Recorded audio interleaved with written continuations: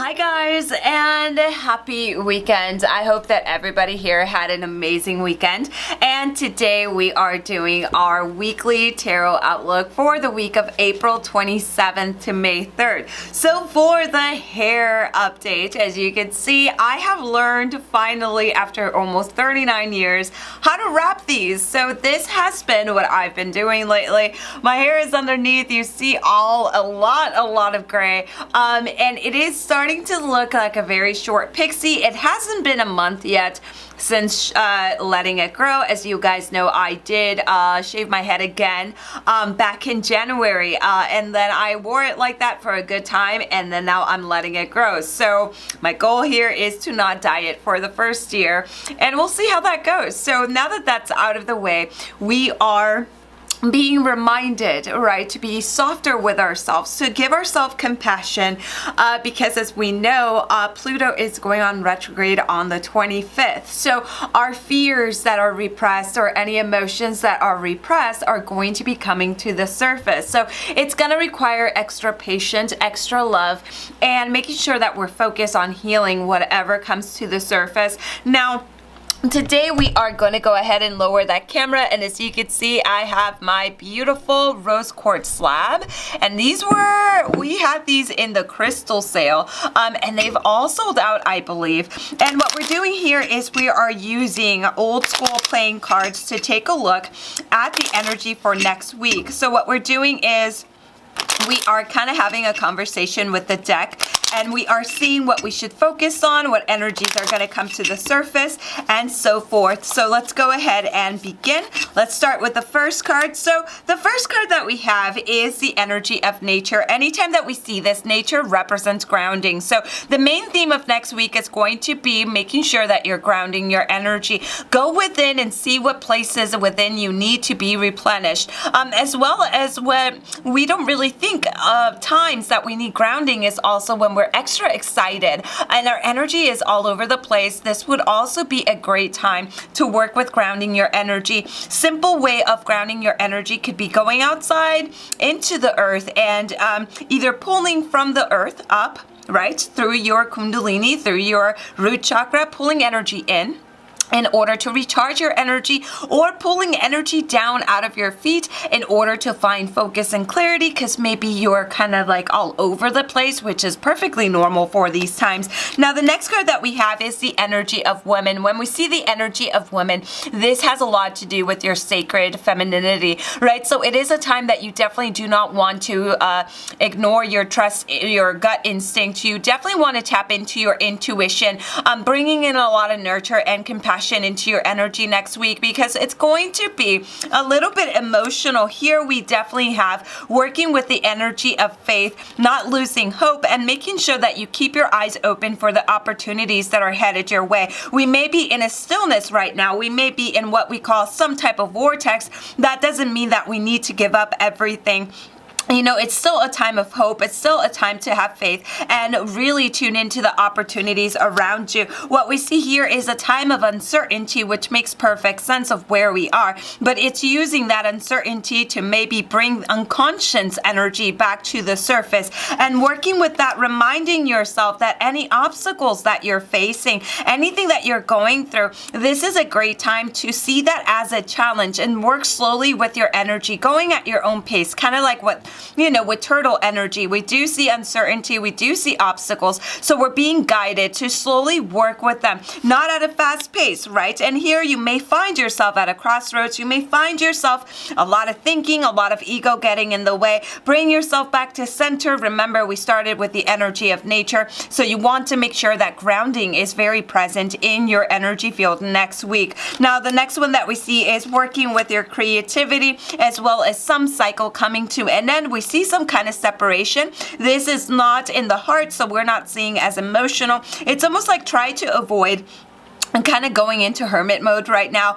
If you need somebody, make sure you're reaching out. Make sure that you're not feeling like everything you have to do has to be on yourself, by yourself. Make sure that you are reaching out to those people that really make you feel good. The same way that you check on people, the same way that you are always there. Make sure that you're not going through whatever it is on your own. This is not a time to separate you away from anyone. Then we have the 10 of Spades here reminding you that it doesn't matter what we may think, we are always in charge of our reactions, right? So this is that champion card, knowing that you are really in tune, in charge of your energy. Then we see here the energy of pain. Of course, this pain we're not talking is physical. This is a pain that has a lot to do with going into the unconscious. As you can see, this card right here would be your Pluto retrograde. And what we're seeing here is things of the unconscious coming to the surface. They may not be the best feelings, but they're going to guide you into whatever healing you may need. So pay attention to that.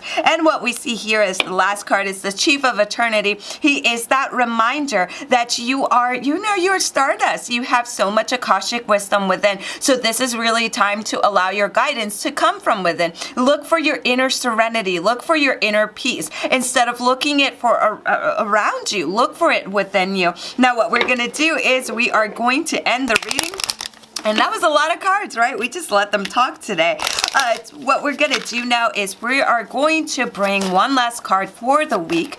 And what we are seeing here is lighten. So I like this a lot because this is lightening your energy, lightening your load. This is kind of like the card that speaks, just allow yourself to go through the ebb and flow of life. Right now, it's not about feeling a certain way. It's allowing yourself to feel what you feel and going with the flow. Right now, you're being kind of guided to focus on that lightning, that lightness of being, right? To brighten your mood, and using laughter as medicine. So I really, really enjoy that we got these cards. Now, for the astrological outlook for next week, what we're taking a look at is Mercury gets the ball rolling this week on Monday, April 27th, when it passes into earthly Taurus. Now, this shift slows down and focuses communication on practical matters for the next 3 weeks. So if you have something important to say this week, the hardest day to express yourself will be on Tuesday, April 28th, because that's when Mercury-Saturn square signals negative or silent communication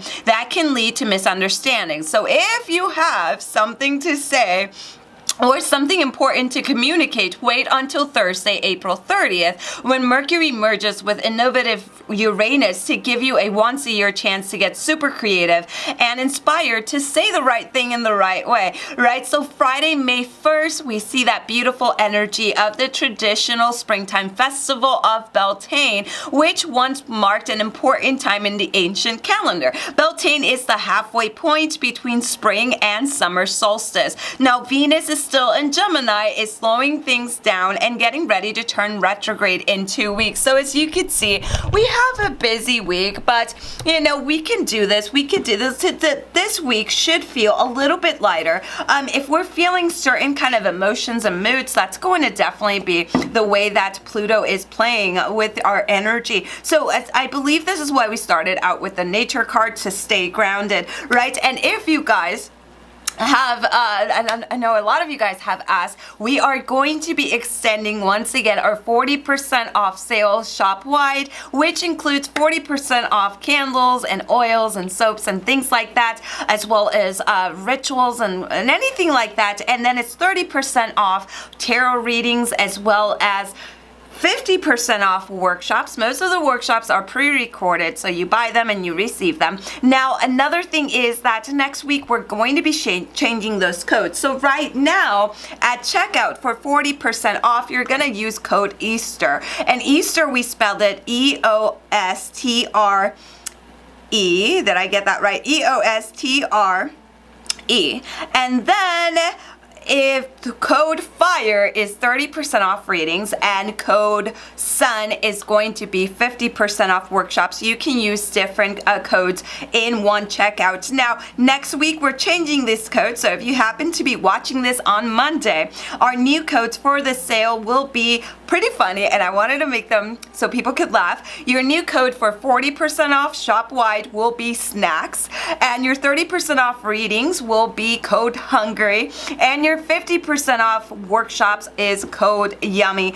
So next week we're bringing in tons of new candles and items, so pay attention to that. And because you guys have asked for it, we've had thousands of messages. We are probably going to leave this sale until things get back to normal, because we know that you guys, we also need to kind of love ourselves, and you know, we are working with you as much as we can. So once again, our website is www.lightwitchtarotshop.com, and everything is made by me, so it might take a little longer. It's not Amazon Prime, but you know for a fact that your candle is being curated just for you. Now, if you schedule a reading, we are now scheduling for the month of October. I do not have any openings. I am fully booked, and I am very thankful for that. So I will see you again next weekend. Lots of love and light to you all. I love you, and blessed be. Bye-bye.